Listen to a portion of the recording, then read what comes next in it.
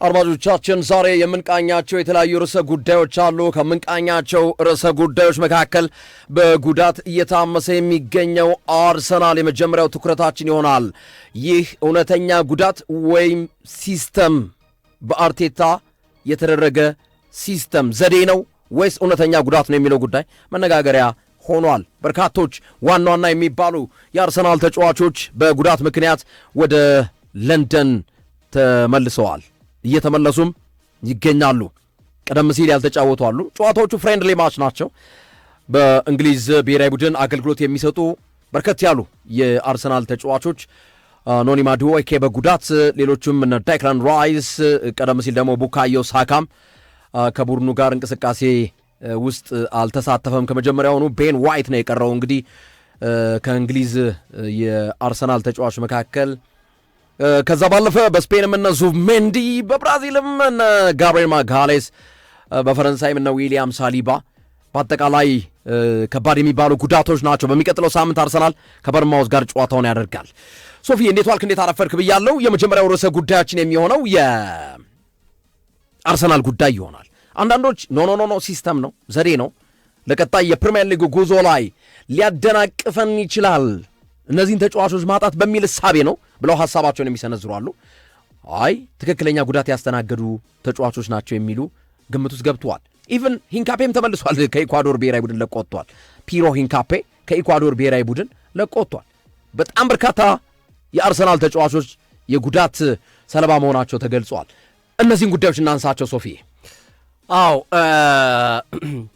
እንደሚታወቀው እንግዲህ ይሄ ጉዳይ ግርሜ ታስታውስ ከሆነ ገና ሲጀመር የብሔራዊ ቡድን ጨዋታዎች ጥሪ ሲተላለፍ አንድ ሀሳብ አንስተን ነበረ። ፕሮግራማቸው ወደ ኋላ ሄደው ከ5 ቀን በፊት የሰራነውን ሰኞ ዕለት እና ማክሰኞ ዕለት የሰራናቸውን ፕሮግራም የዛሬ ሳምንት አድማጮቻችን ቢያነቧቸው ወይም ቢያዳምጧቸው በእርግጠኝነት ምን እየተካሄደ እንደሆነ በአርሰናል ቤት ይገባቸዋል። አንድ ነገር አስቀምጬ ነበር እኔ ከመረጃ ምንጮች ባገኘሁት መረጃ መሰረት ሚካኤል አርቴታ ለተጫዋቾቻቸው አንድ ነገር አድቫይዝ አድርገዋል። አድቫይዝ ያደረጉን ነገር የወዳጅነት ጨዋታዎች ስለሆኑ ቡድናችን ሊጎዳ ስለሚችል ጉዳት ካስተናገዳችሁ እዚሁ ብትቀመጡ ደስ ይለኛል፣ አብረን ብንቆይ ደስ ይለኛል የሚል መልእክት አስተላልፈዋል። አብዛኞቹ ተቀብለዋል። ሳይቀበሉ ደግሞ ወደ ብሔራዊ ቡድን የሄዱም አሉ። ምክር ስለሆነ ምክር ሐሳብ ስለሆነ ፈልገ ነው የምታደርገው፣ ውስጥ የሚያዝን ነገር የምታደርገው ነገር ስለሆነ የሚል ሐሳቦችን አስቀምጠን እንዲሁም አንዳንዶቹ ሲሳለቁ ነበር። አይ አይደለም እንደዛ አይደለም ምናምን የሚሉ ነገሮችን ሲሉ ነበረ። ግን ግልጽ ብሎ አሁን በደንብ እየመጣ ያለበትና እየታየ ያለበት ሂደት እየተመለከትን ያለ ነው። ምክንያቱም ታስታውስ ከሆነ ሳሊባ፣ ጋብርኤል ማጋሌሽ፣ ቲምበር፣ ማርቲን ኦዴጋርድ፣ ኢዜ እነዚህ ተጫዋቾች ትሮሳርድ ገና የብሔራዊ ቡድን ጨዋታ ጥሪ እንደተላለፈላቸው ሳይሄዱ የቀሩ ተጫዋቾች ናቸው። ሳይሄዱ የቀሩ ተጫዋቾች ናቸው። አብዛኞቹ ደግሞ ከሲቲ ጋር በነበረው የካራባኦ ካፕ የፍጻሜ ጨዋታ ላይ የተጫወቱ ተጫዋቾች ነበሩ። እነዚህ ተጫዋቾች እና የሚታወቁ ጉዳቶች አሉ። ለምሳሌ የኢዜ ጉዳት ለተወሰነ ሳምንታት የሚያቆይ ነው። የባት ጉዳት ከመሆኑ ጋር ተያይዞ የተወሰነ ሳምንታት ስለሚያቆይ እሱ መሄድ አይችልም። ሜዲካሊ ኮንፊርምድ ነው። ሌሎቹ ግን በሕክምና ተረጋግጠው ሳይሆን በንግግር ክለቡን ተጫዋቹን በማነጋገር የተደረጉ ውሳኔዎች ናቸው። ለምሳሌ የሳሊባ፣ የጋብርኤል ማጋሌሽ፣ ማርቲን ኦዴጋርድ ኢቨን እያነሳን ነበር። አሰልጣኙ የኖርዌይ ብሔራዊ ቡድን አሰልጣኝ አመቱ ሙሉ አርሰናል ሳይጠቅም ነው ያሳለፈው። አሁን ደግሞ እኛ ጋር መጥቶ በወዳጅነት ጨዋታ ቢጎዳ ደስ አይልም። ስለዚህ ትርጉም የሌለው ጨዋታ ስለሆነ ከፈለገ መቀላቀል ይችላል፣ ግን ባይመጣም ኢትስ ኦኬ ብለው ፍቃዳቸውን ሰጥተዋል። ሌሎችም ተመሳሳይ ነገር ነው ያላቸው። አሁን ተመልከት ግርሜ፣ እንደው ማን ይሙት አሁን እንደው እንኳን ነፍስ ያወቀ ሰውና ግርሜ ሕፃን ልጅም ይሄ የሚጠፋው አይመስለኝም አይደለ? ክርስቲያን ኖርጋርድ እንደዚሁም ቪክቶር ኮሬሽ እነዚህ ተጫዋቾች ወሳኝ ጨዋታ አለባቸው። ሪካርዶ ካላፊዮሪ ጨምሮ ሶስቱ ተጫዋቾች ጣሊያን ካሸነፈች የሪካርዶ ካላፊዮሪ ቡድን ቦስኒያን ካሸነፈች ሀገር ማለት ነው ወደ ዓለም ዋንጫ ትገባለች። ስዊድን ፖላንድን ካሸነፈች ወደ ዓለም ዋንጫ ትገባለች። ዴንማርክ በተመሳሳይ ተጋጣሚውን ካሸነፈች ወደ ዓለም ዋንጫ ትገባለች። እነዚህ ተጫዋቾች አልመጡም። ሌሎቹ ግን ለመርሃብ ግርብር ማሟያ ለወዳጅነት ጨዋታ የሚያደርጉት ተጫዋቾች በሙሉ ግን ጥርግርግ ብለው ተመልሷል። ከካይ ሃቨርትዝ ውጪ ከቤንጃሚን ዋይት ውጪ። ይሄም ምክንያት አለው። ሁለቱም የቀሩበት ምክንያት ግርሜ እነዚህ ምክንያት አላቸው ብዬ አስባለሁ። ቤን ዋይት ፊትነስ ይፈልጋል፣ መጫወት ይፈልጋል። ብርቄ መጫወቻ ጊዜ አላገኝም። ካይ ሃቨርትዝ በተመሳሳይ ከጉዳት ከረጅም ጊዜ በኋላ የመጣ ነው። ፊትነሱ መመለስ ይፈልጋል። ጨዋታ አግኝቶ ነው እንዴ በዚህ ሰዓት? ቤን ዋይትና ካይ ሃቨርትዝ አግኝተው ነው እንዴ በዚህ ሰዓት? የማይገኝ እድል ነው። ያልመጡትም ለዛ ነው እነሱ እንዲቀጥሉ ያደረጓቸው ሚካኤል አርቴታ እና ለእኔ ሞር ጉዳቶች አሉ። ኦፍኮርስ እንደ ኢዚ አይነት ጉዳቶች ግልጽ ናቸው። ሌሎቹ ግን መጫወት የሚችሉ ሆነው ነገር ግን ፕሪኩዌሽን ማስጠንቀቂያ፣ ቅድመ ማስጠንቀቂያ ባትጫወት ብታርፍ። አንዳንድ ጉዳቶች እኮ ግርሜ 2 ቀን በማረፍ እኮ የምታልፋቸው ጉዳቶች አሉ እኮ ይበልጥ እንዳይወሳሰቡ የምታረጋቸው ጡንቻ ባረፈ ቁጥር ስለሚስተካከል ማለት ነው። የጡንቻ ጉዳቶች መሰል ነገሮች ሲኖሩ መገጫጨቶች፣ ይህ ዝም ብሎ መነካካት፣ መገጫጨት ከተጫዋች ጋር ምናምን ሲኖር እነዛ ጉዳቶች 2 ቀን ብታርፍባቸው 3 ቀን ብታርፍባቸው ይተዋል። ግን ከዛ በላይ ቀናቶች ሳታርፍ 2-3 ቀን ሳታርፍ በመነገታው ከተጫወትክባቸው ተባብሶ ሌላ ደግሞ ተጨማሪ ችግር ሊያመጡብህ ይችላሉ። እኔ ይመስለኝ እሱ አርሰናል አንድ ባንድ እየጠራን መመልከት እንችላለን። በጣም አሪፍ ጉዳቶቹን ሶፊ ላስታውስን እያንዳንዱ ይቻላል ግርምዬ። በአሁኑ ሰዓት በአርሰናል እግር ኳስ ክለብ ጉዳት ያስተናገዱና ለቀጣይ ጨዋታዎች አጠራጣሪ የሆኑ ተጫዋቾች እነማን ናቸው የሚለውን እናነሳለን። የመጀመሪያው በጣም ቁልፍ የሚባሉ ጉዳቶች በአርሰናል ቤት ውስጥ ቁልፍ ጉዳቶች እነማን ናቸው የሚለውን ነገር እናንሳ። አንደኛው ማርቲን ኦዲጋርድ ነው። የጉልበት ጉዳት ያስተናገደ ነው። በሚያዝያ ወር ይመለሳል ተብሎ የሚጠበቅ ተጫዋች ነው። በሚያዝያ ወር ወይም ደግሞ በሚቀጥለው ሳምንት ከበርማውዝ ጋር በሚኖረው ጨዋታ የመመለስ ዕድል እንዳለው ተገልጿል። ማርቲን ኦዴጋርድ። ሁለተኛው ሚካኤል ሜሪኖ ነው። ሚካኤል ሜሪኖ የእግርና የቁርጭምጭሚት ጉዳት ያስተናገደ ነው። ይህ ተጫዋች ለረዥም ጊዜ የሚቆይ ነው። እስከ ሰኔ ድረስ በጉዳት ምክንያት ከሜዳ የሚርቅ ተጫዋች ነው ሚካኤል ሜሪኖ። ሶስተኛው ኢብሪቺ ኢዜ ነው። ኢብሪቺ ኢዜ የባት ጉዳት ያስተናገደ ተጫዋች ነው። እስከ ሚያዝያ መጨረሻ ድረስ ከቡድኑ ጋር አገልግሎት እንደማይሰጥ እየተገለጸ ይገኛል። አራተኛው ኖኒ ማድዌኬ ነው። ማድዌኬ የጉልበት ጉዳት መቼ ይመለሳል የሚለው እስካሁን ድረስ በሕክምና ባለሙያዎች የተረጋገጠ ነገር የለው ማለት ነው። ስለዚህ እነዚህ ኪ ኢንጁሪስ ወይም ቁልፍ የሚባሉ ዋና ዋና ጉዳቶች ናቸው። ቀጥለን የተከላካይ ስጋት አርሰናል አሁን ከፊት ለፊቱ ተደቅኖበታል። ዊሊያም ሳሊባ የቁርጭምጭሚት ጉዳት ለብሔራዊ ቡድኑም ቀድሞውኑ አገልግሎት መስጠት አልቻለም። ሳሊባ ከፈረንሳይ ብሔራዊ ቡድን ጋር ቀድሞ ነው የተለያየው። ሁለተኛው ጋብሪኤል ማጋሌስ ነው። ቢግ ጋቢ ጋብሪኤል ማጋሌስ የአርሰናል የጀርባ አጥንት ነው፣ ባክፖን ነው።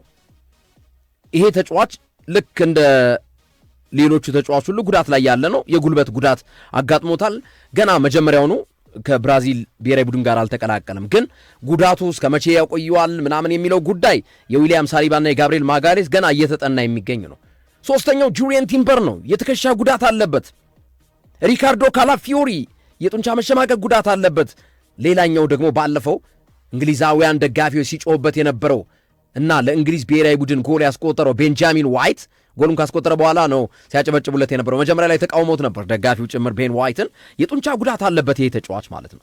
ስለዚህ እነዚህ አምስቱ ተከላካዮች ሶፊ ጉዳት ላይ ናቸው። አማካኝና የአጥቂ አማካኝ የጉዳት ሰለባስ ዴክላን ራይስ መገጫጨቶች አሉ እና የፊትነስ ኮንሰርንም ያለበት ተጫዋች ነው። ሊያንድሮ ትሮሳርድ እዚህ ዳሌው አካባቢና ግሮይኑ አካባቢ ብሽሽት የምንለው ላይ ጉዳት ያስተናገደ ነው። ካይ ሃቨርትዝ የፊትነስ ዲስኮምፎርት በቅርብ የተመለሰ ተጫዋች ነው፣ ግን ጉዳት ያለበት ነው። በአጠቃላይ ሶፊ በጣም የሚገርም ወደ ብሔራዊ ቡድን ጥሪ ተደርጎላቸው ከብሔራዊ ቡድን ኢንተርናሽናል አቋርጦ የተመለሱ የአርሰናል ተጫዋቾች እስከ 11 ይደርሳሉ። አሁን እስከ 11 ተጫዋች ተመልሰዋል። ከነዚህ መካከል ቡካዮ ሳካ ቀድሞ ነው የለም፣ ዴክላን ራይስ፣ ሳሊባ፣ ጋብሪኤል፣ ትሮሳርድ፣ ኦዲጋርድ እያልን መቀጠል እንችላለን እና ወሳኝ የሚባሉት የአርሰናል የተከላካይ የአማካኝ የማጥቃት እንቅስቃሴ የጉዳት ሰለባ እነማን ናቸው የሚለውን እንደ መነሻ እንደ መንደርደሪያ ለመግለጽ ያክል። ግርሜ አመሰግናለሁ። መነሻዎቹ በጣም ጥሩ ናቸው። በነገራችን ላይ የአርሰናል ጉዳት ሎንግ ሊስት የሚባለው አሁን ላይ ካሉት 12 ጉዳቶች ነው ያሉት ዛሬ ድረስ ባለው ስታት መሰረት ማለት ነው። 12 ጉዳቶች አሉ። ከ12ቱ ጉዳቶች ሜጀር የሚባለው ጉዳት የሚካኤል ሜሪኖ ጉዳት ብቻ ነው። ትልቅ የሚባለው ጉዳት፣ የረጅም ጊዜ ጉዳት የሚባለው። ሌሎቹ ጉዳቶች በሙሉ አብዛኞቹ በመጪው ከ5 ቀን በኋላ በሚደረገው የኤፍኤ ካፕ ሳውዛምፕተን ጨዋታ ላይ የመጫወት አቅም ያላቸው የምድል ያላቸው ናቸው። ጥቂቶች ደግሞ እስከ በርማውዙ ጨዋታ ድረስ እስከ ስፖርቲንግ ሊዝበኑ ከ8 ቀንና ከ12 ቀን በኋላ ነው የሚከናወኑት። የስፖርቲንግ ሊዝበኑ ጨዋታ ከዛሬ በኋላ 8 ቀን፣ የቦርማውዝ ጨዋታ ከ12 ቀን በኋላ ይከናወናል። በመሃል የሚፈጠር ነገር ከሌለ ከሚካኤል ሜሪኖ ውጭ ያሉት ተጫዋቾች በሙሉ ኢዜን ጨምሮ ለማንቸስተር ሲቲ ጨዋታ እንደሚደርሱ እየተገለጸ ነው የሚገኘው። በደረጃ እናስቀምጣችሁ። አሁን ላይ ያሉትን ጉዳቶች በደረጃ ማስቀመጥ እንችላለን። ሃይ ሌብል ጉዳት የሚባለው የሚካኤል ሜሪኖ ነው። የሱ አፕሪል መጨረሻ ድረስ ምናልባትም እስከ ዓመቱ መጨረሻ ድረስ ላይመጣ ይችላል። ቢመጣም ለቀጣይ ዓለም ዋንጫ ለመዘጋጀት ካልሆነ በስተቀረ ለአርሰናል ብዙ ግልጋሎት የሚሰጥ አይሆንም። የዋንጫ ሴሌብሬሽን ካለ እነሱን የማክበር እነሱን የመከተል ካልሆነ በስተቀረ በሌሎች ነገሮች ላይ የመሳተፍ ዕድል፣ በጨዋታ እንቅስቃሴ ላይ የመሳተፍ ዕድል አይኖረውም ተብሎ የሚገመት ተጫዋች ነው። ሰከንድ ሌብል ጉዳት ላይ ያለው ኢብሪቼ ኢዜ ነው። ከሱ ቀጥሎ ወደታች ያለው ኢዜ ነው። የኢዜ ጉዳት